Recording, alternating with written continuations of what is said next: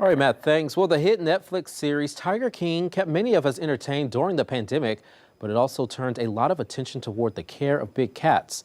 Now, legislation co-sponsored by one local lawmaker is headed to the president's desk, which would restrict private ownership. 5 News reporter Jose Carranza shows us what this means for the big cat community.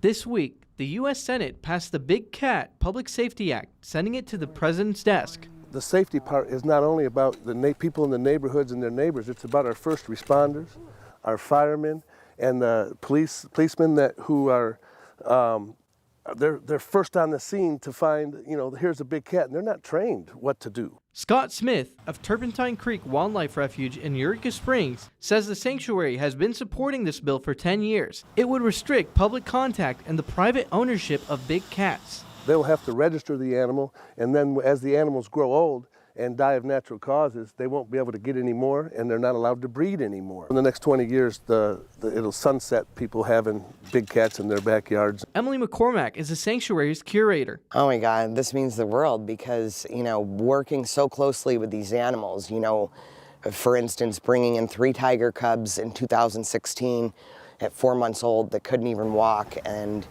having to rehab them back, it takes an emotional toll on all of us caregivers and the whole team at the sanctuary. So just like a little light of that's never going to happen again. One of the most endangered species of big cats, tigers once had a population of 100,000 in the wild.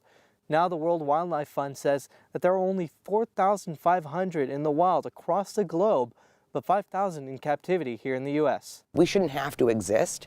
We shouldn't have to save these animals. They never should have been in the situation that they are. While in 20 years, this may no longer be an issue, the sanctuary says it's prepared to take in more big cats once the act passes. The next species, because in my opinion, people just have totally mistreated and used these animals, whether it's a big cat, a sloth, a chimpanzee. It's all about money, and until we stop it completely for exotics, sadly, sanctuaries are still going to be necessary. In Eureka Springs, covering news where you live, Jose Carranza, 5 News. All right, Jose, thank you. In a statement, co-sponsor of the bill, Congressman Steve Womack said that organizations like Turpentine Creek have made it clear that this legislation is vital to animal conservation and the protection and wellness of wildlife.